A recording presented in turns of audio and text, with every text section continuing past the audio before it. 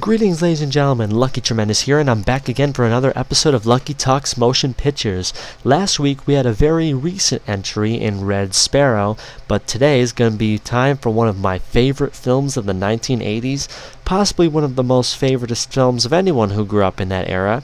The awesome John Carpenter directed, Kurt Russell starring cult film Big Trouble in Little China. Now, this film was a passion project for John Carpenter as it got him to return to independent filmmaking after a seemingly large slump of seemingly failures. So, I think that it's about time that I show you guys what I consider to be one of the most classic films of the 80s, while also showing you how amazingly crazy it is. Anyway, let's get started on Big Trouble in Little China. Big talkin' rough and tumble truck driver Jack Burton, played by the awesomeness that is Kurt Russell, wins a bet with his restaurant owner friend Wang Chi to make sure he follows through on payment. Jack accompanies him to the airport to pick up Wang's get it, Wang Chinese fiance Mao Yin. A Chinese street gang, the Lords of Death, tries to kidnap another Chinese girl at the airport, who is being met by her friend Grace Law, intending to sell her as a sex slave. After Jack intervenes, they take Mao Yin instead.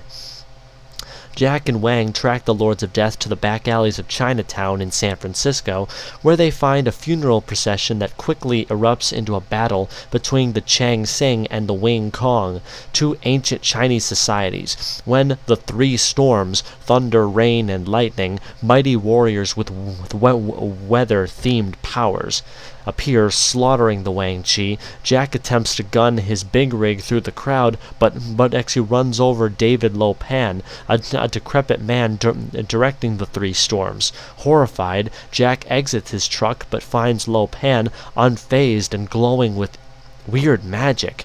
Wang hurriedly guides Jack through the alleys. The two escape the carnage and mayhem, but Jack's truck is stolen in the process.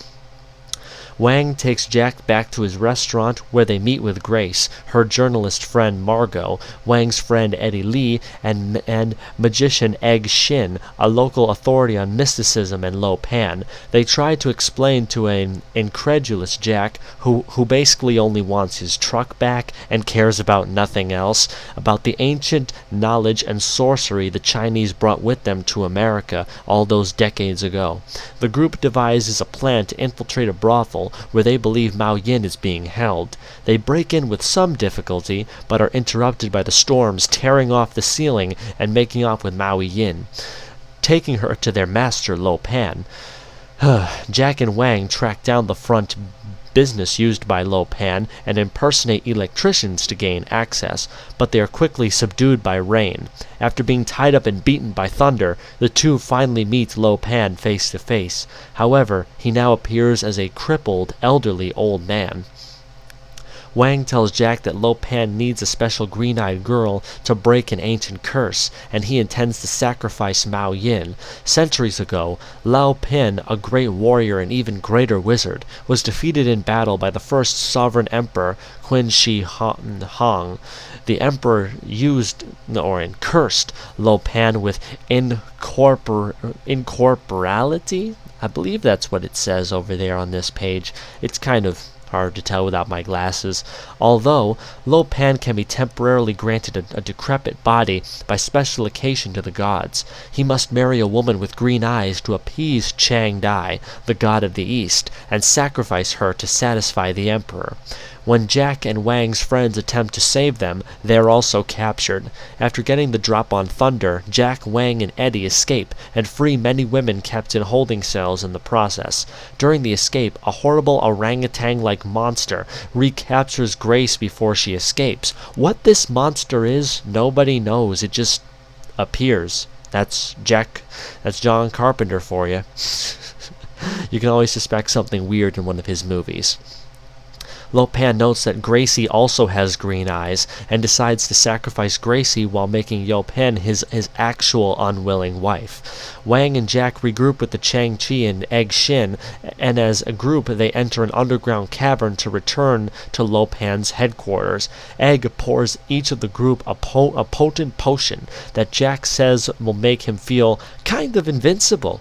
The group interrupts the wedding ceremony, which breaks out into a battle. Kang kills Rain in an awesome sword fight, while Jack and Gracie chase the newly alive Lo Pan. Wang joins them, and just when all seems lost, Jack kills Lo Pan with a skillful, awesome knife throw. Thunder, who had been distracted with Wang, reappears and, furious at finding Lo Pan dead, explodes. Like literally, he frickin' just explodes. I mean, it's kind of ridiculous. You have to see the movie in order to see what it is. I mean, what? What just happened? Anyway, Jack, Wang, Gracie, and Mao Yin are cornered by lightning in a corridor, who triggers a collapse with his powers. Egg rescues them with a rope and kills Lightning by dropping a stone Buddha statue on him when he tries to follow them. After finding Jack's truck and dealing with the remaining Wing Kong guards, the group busts out and escapes back to Wang's restaurant. The group celebrates their victory with the rescued women. Wang and Mao prepare to marry, while Eddie pairs with Margot. I kinda think it's a cute reunion. Egg sets off on a long-due vacation, and Jack celebrates his homeland of America.